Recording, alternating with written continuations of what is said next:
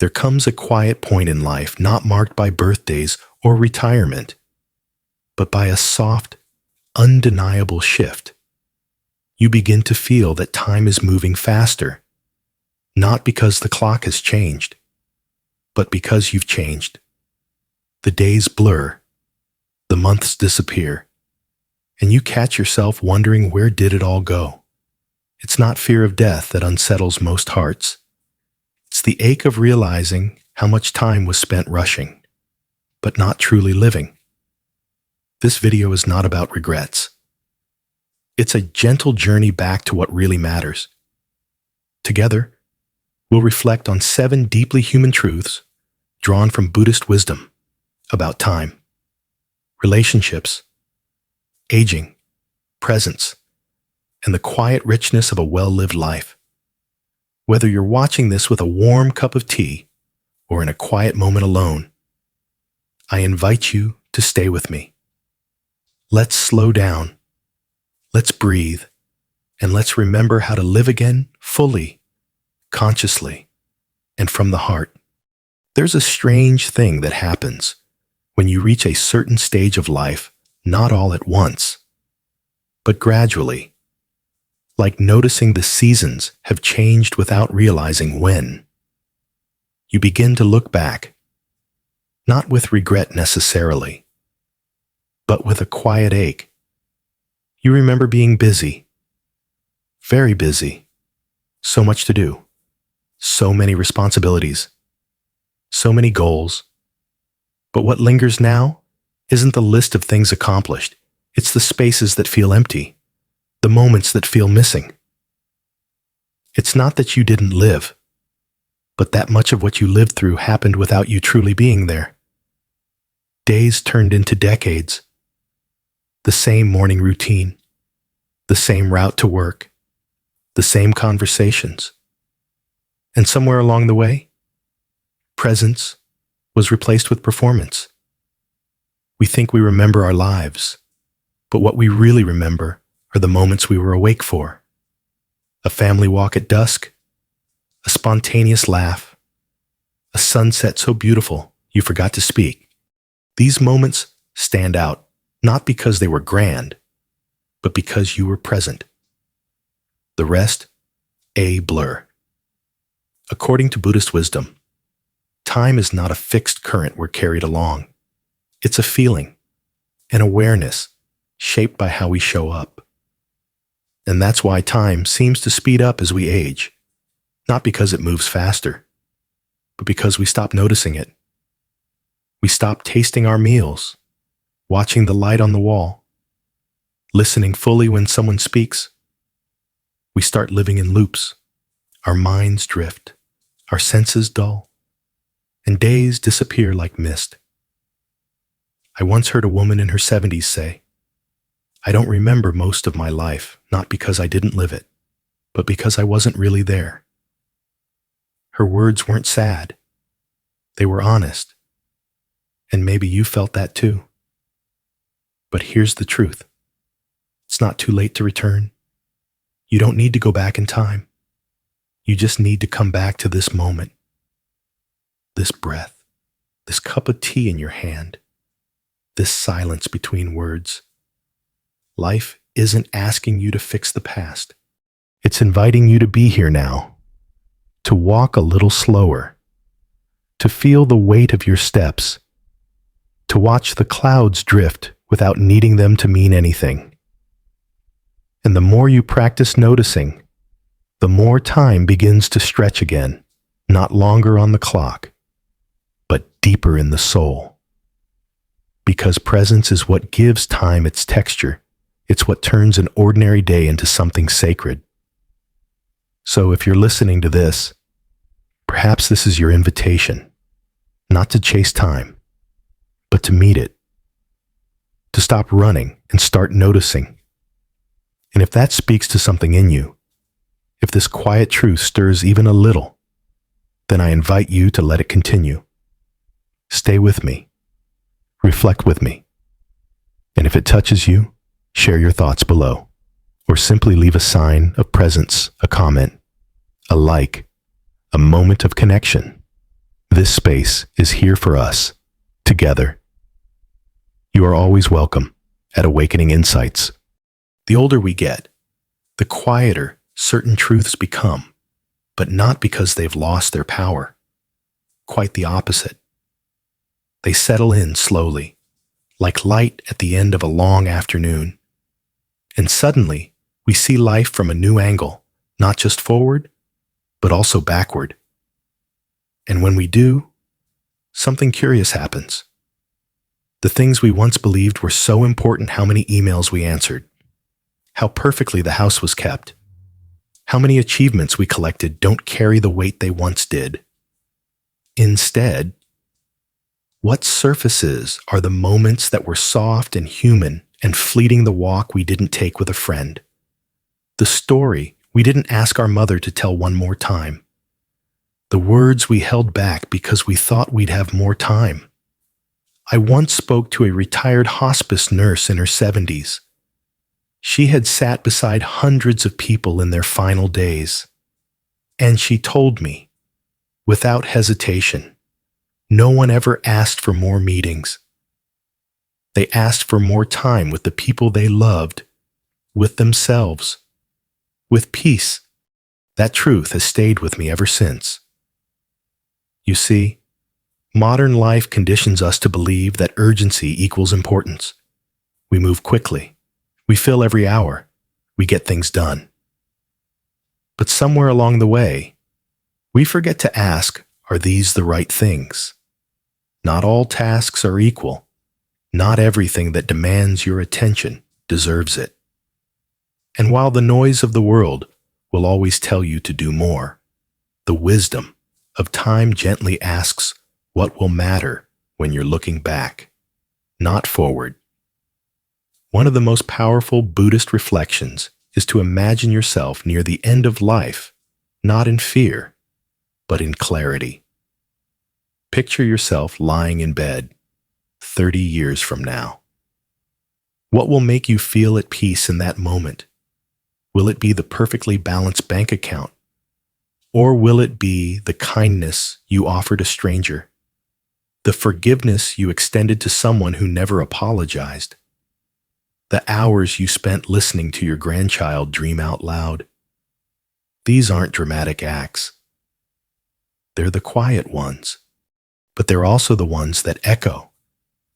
And the truth is, we don't have to wait until the end to see clearly.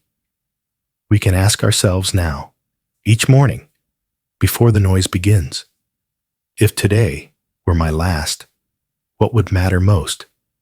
And then let that answer, not the to-do list, not the calendar, guide your steps. The Buddha once said, your work is to discover your work, and then, with all your heart, to give yourself to it. He wasn't just talking about employment. He was pointing to your inner calling, what brings meaning, tenderness, and purpose to your time here. And for each of us, that calling looks a little different. It might be tending a garden, or listening without interruption, or simply learning how to be present with whatever rises.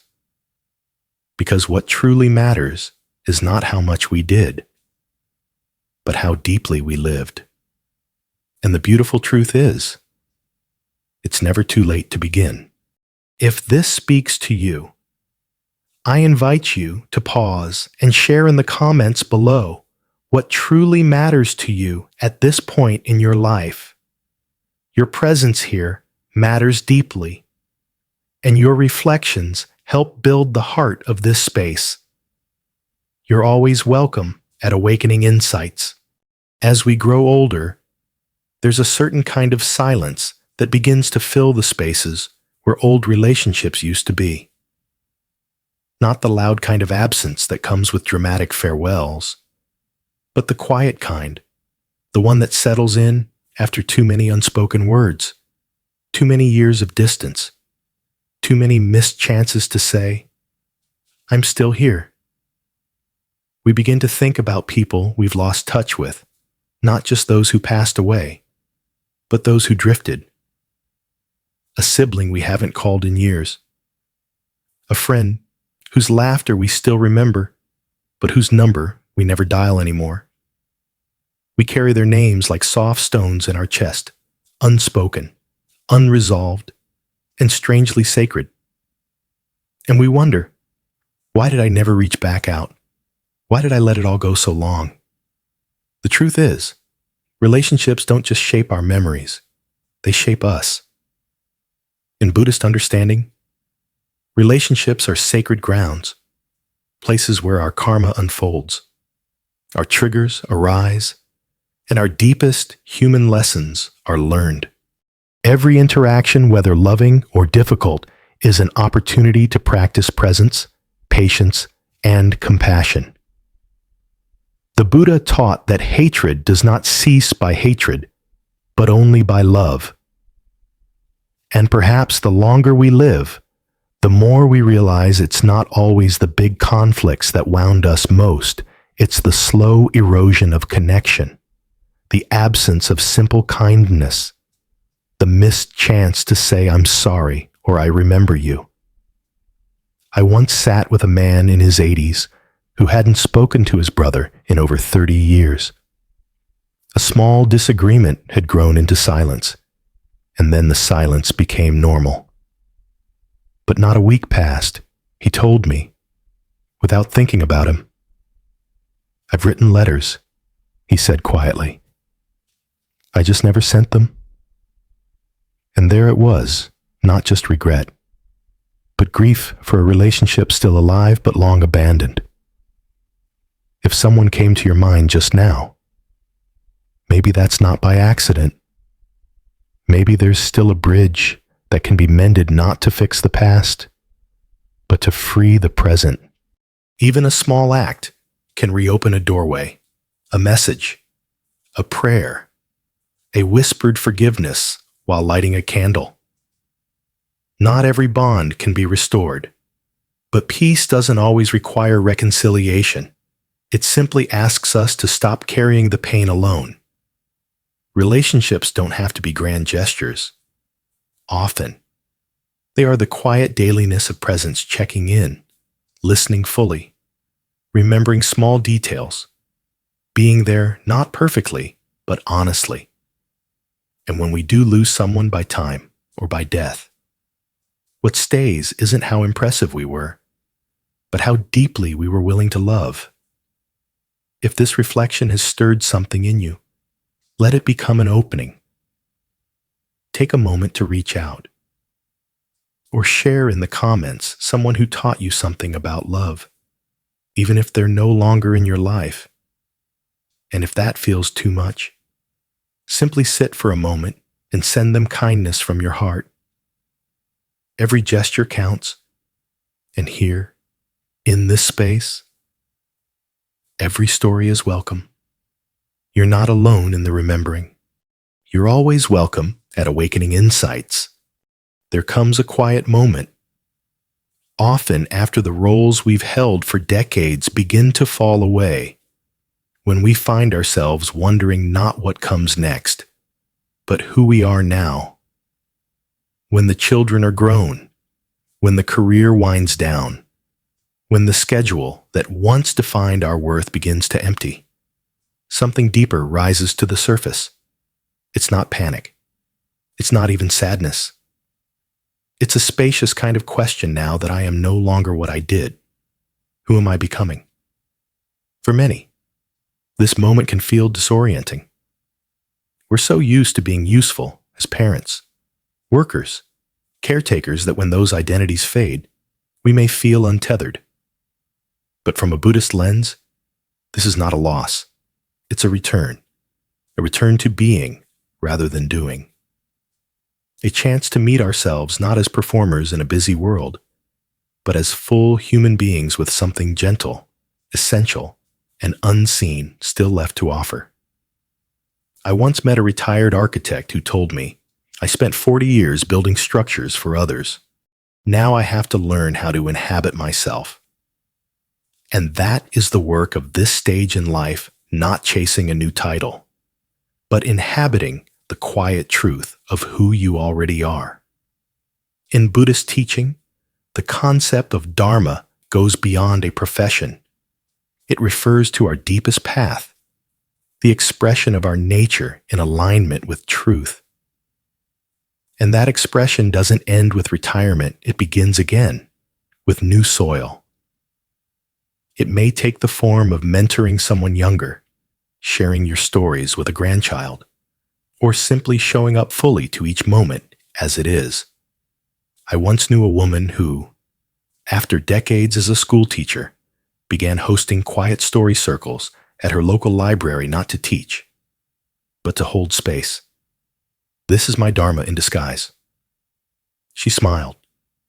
No certificate, no spotlight, just her presence. That is the essence of purpose now, not how much we produce, but how deeply we offer our being. And yes, there are days when the body feels slower, when the world moves past us in a blur. But even then, your presence, your listening, your stillness, your warmth is a gift, a quiet kind of medicine the world deeply needs.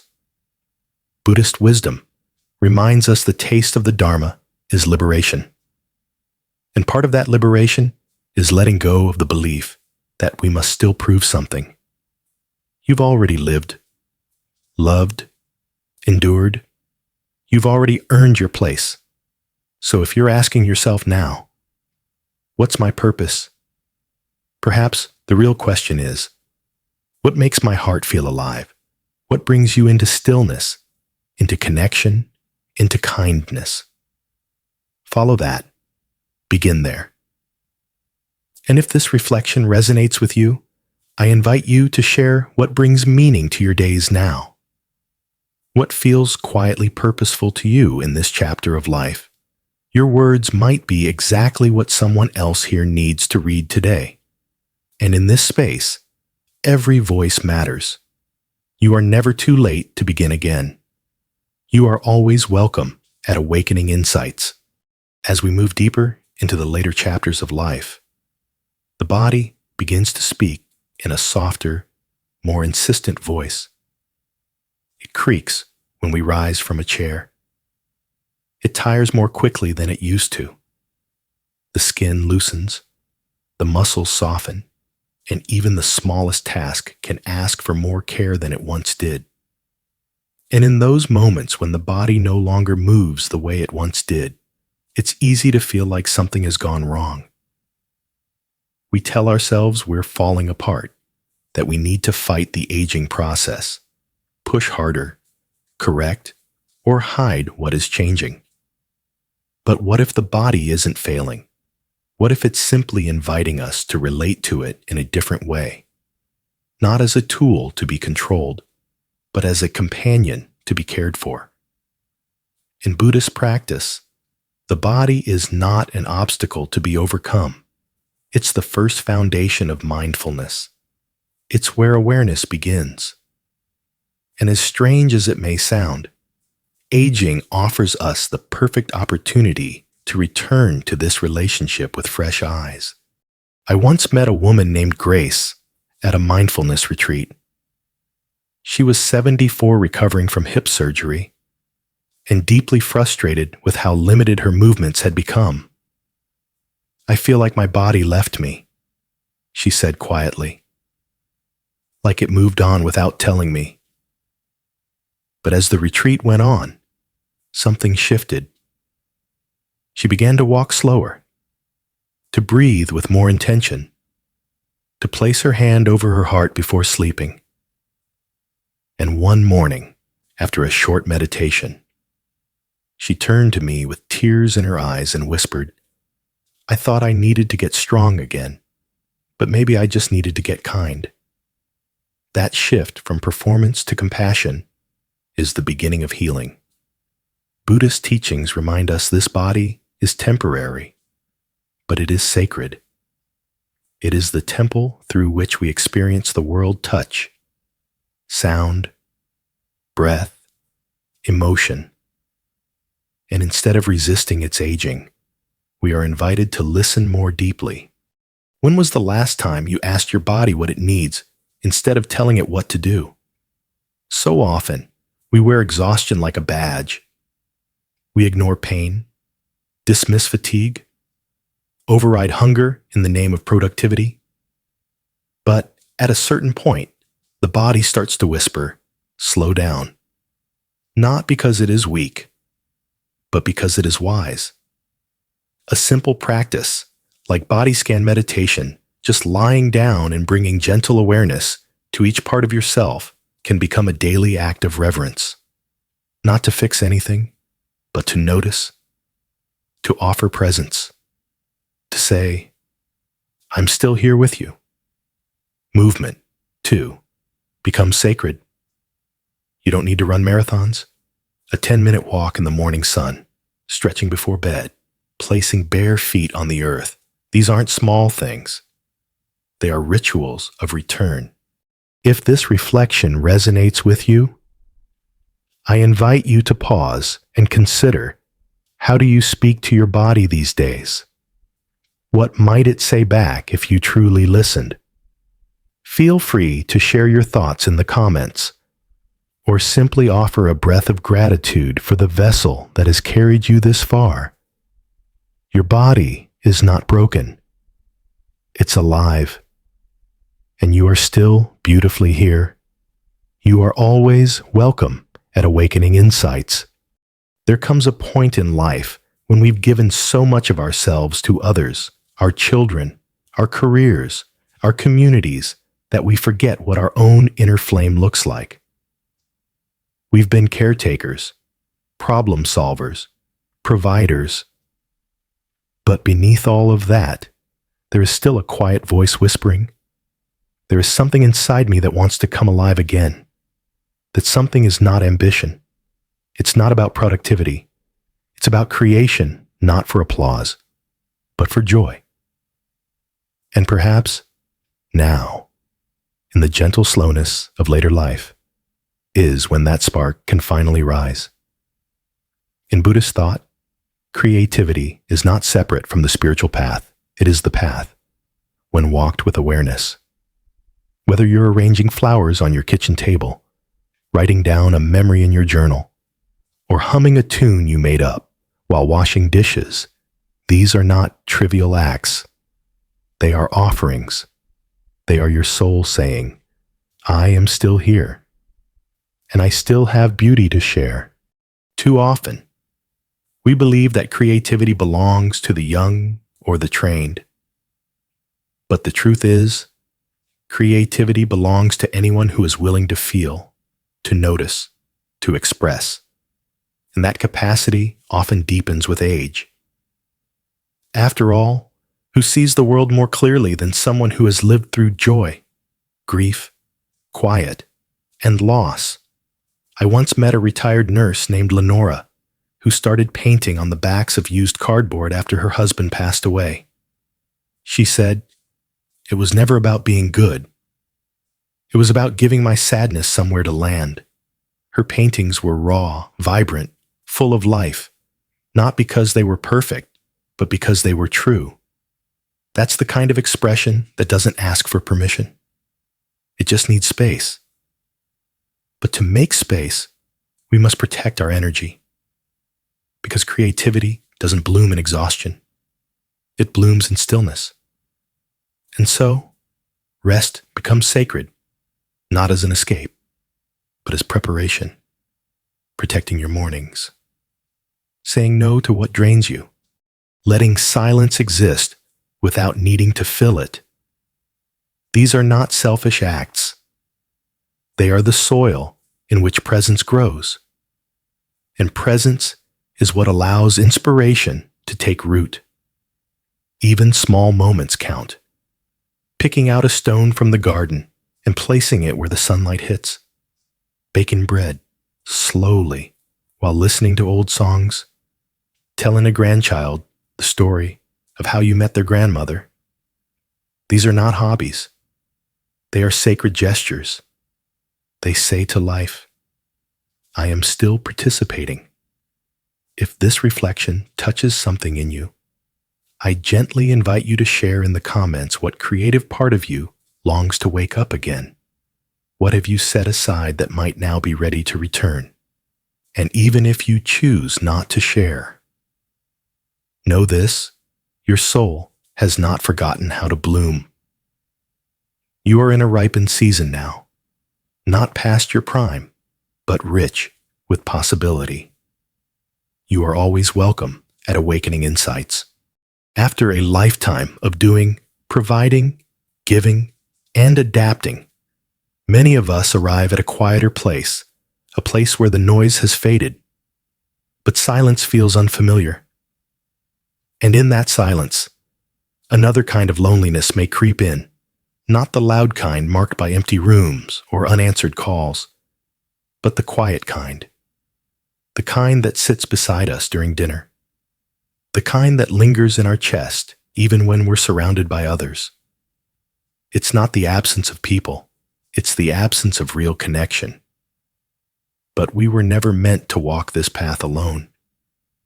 Even the Buddha, after attaining enlightenment, didn't retreat into solitude.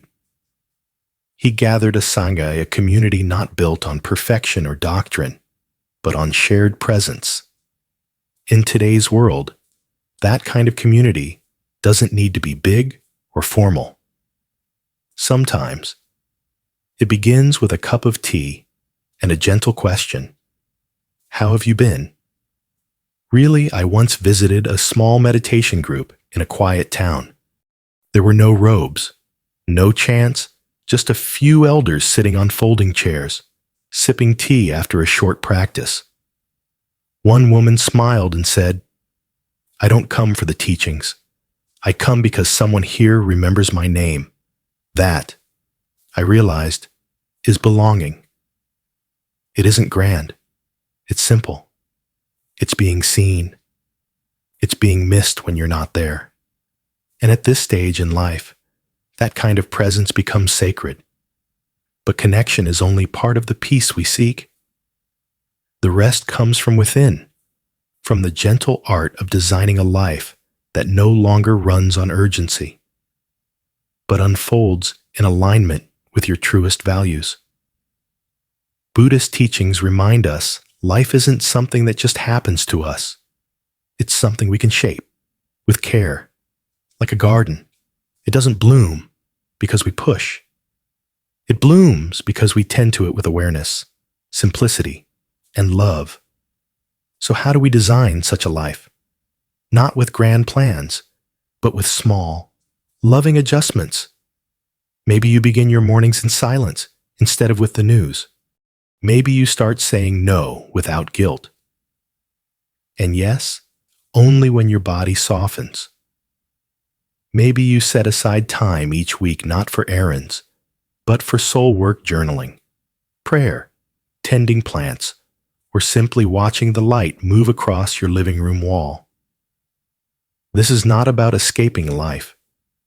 It's about entering it more fully, with fewer distractions, more breath, more gratitude.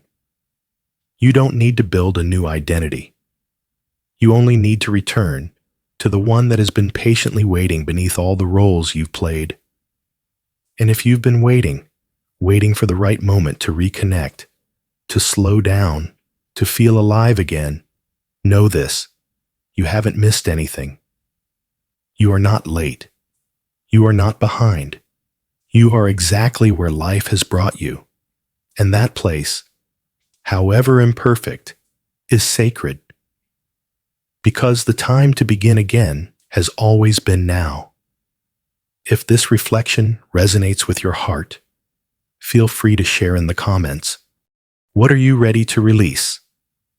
What kind of peace are you now ready to design? Or simply carry this feeling quietly with you as you move through your day. You don't need more time. You only need more presence within the time you have. And you are always welcome, just as you are, at Awakening Insights. Thank you for walking this quiet journey with me. If you've listened this far, perhaps you've felt something soften, a memory, a longing, or simply the breath of your own presence. Aging is not a fading, it's a refining, a return to what matters, a homecoming to yourself. You don't need to have it all figured out. You don't need to rush. You only need to keep showing up with honesty, with gentleness, with the courage to be exactly where you are. This moment is more than enough.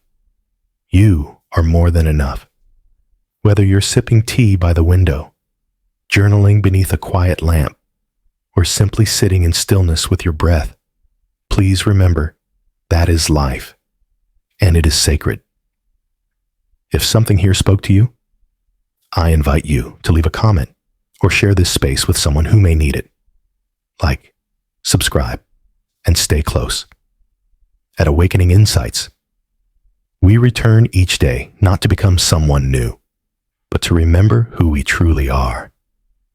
And whenever you forget, come back here. We'll be waiting with quiet words, warm presence, and a gentle reminder you are never too late to begin again.